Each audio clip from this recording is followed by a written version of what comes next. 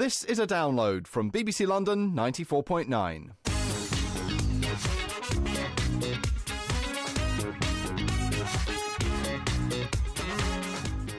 Hi there, I'm Emilia Papadopoulos and this is the Inside Chelsea podcast, the official podcast of your favourite club. This BBC London download looks at what's been happening in and around Stamford Bridge over the last 7 days and is available from the Chelsea website, the BBC London website and of course via iTunes. Well, it was down to Frank Lampard once again to get the Blues out of a hole and get his team back to winning ways. His heroics prevented Villas-Boas' side from going 3 Premier League matches without a win. In this edition of the Inside Chelsea podcast, we'll take a look back at the game at Ewood Park and hear the thoughts of the manager and the goalscorer about the team's success in the North West.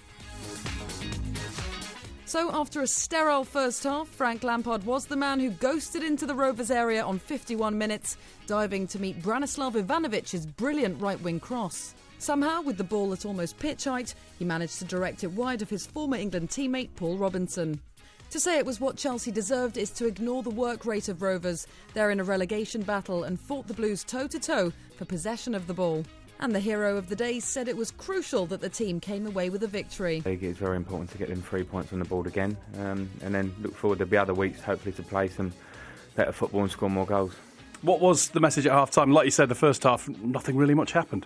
No, it didn't really, and you know they're struggling down at the bottom and we didn't really do enough in the final third for sure to make a real mark, so it was a bit more urgency needed and that was said at half-time and to liven up a little bit we brought Fernando on, put Stads on the wing and just wanted to just have a bit more going forward in that final third and we thought we could win the game and it happened. It was not a vintage performance in the end from us, but we got our win. Do you think on the balance you just about got there and deserved it?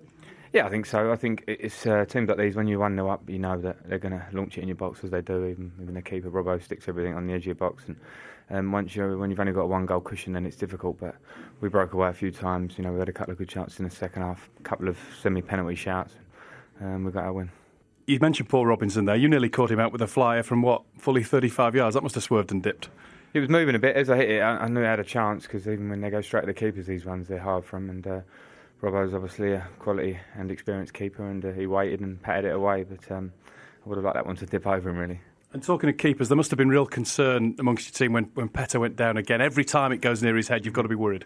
Yeah, very much so. You know, the horrific injury, however long ago it was now, there's still the memories, and you know, unfortunately Peter's in the wars because he has to throw himself at things, and it was a nasty one on his nose.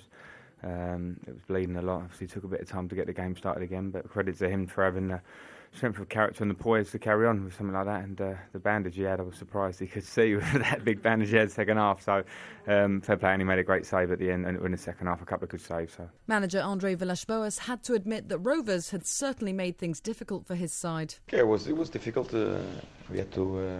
I think there's a game of 2 different halves. First half, not a lot of chances for both teams. They played with low intensity. But the second half, the intensity grew a lot. Both teams managed to create opportunities. We created some good opportunities in the beginning that got us the 1-0. And then in the end, it was difficult. It was difficult for us as we were chasing the 2-0. I mean, Blackburn can always threaten you in any set plays, and we had to defend them to take the game through. How important a victory is it? Well, it's very important for us. First, because it's before the international break, and then because it comes after the defeats that we had at Queen's Park Rangers and Arsenal. So it's always, when you go past a period like this, it's always important to bounce back, and we managed to do exactly that today. You had the perfect start to the second half. Well, it was good. I think we upped the tempo as we came out of the dressing room, managed to create some good opportunities. And then found the back of the net straight onwards. Tried to get the second but couldn't, and then had to defend it till the end. In the end, you could well have had a second goal.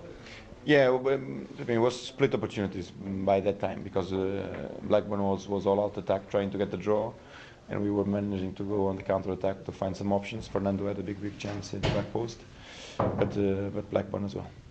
It's difficult to talk about a title race in November, but an important victory in the north here, and that sets you up nicely for the remaining matches in November and December. Well, now we play Liverpool and Wolves at home, But then when we enter December, I think it could be decisive because all the fixtures are related to the Premiership.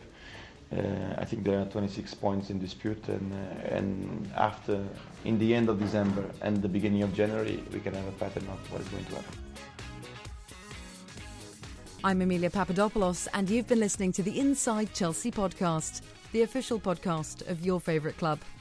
Now, don't forget there's an international break this weekend, so we'll be back on Thursday the 24th of November. Until then, remember you can keep right up to date with all the latest from Stamford Bridge. Keep an eye on Chelsea TV or check out the websites, chelseafc.com or the BBC London website, which can be found at bbc.co.uk/London/sport. Until next time, it's goodbye.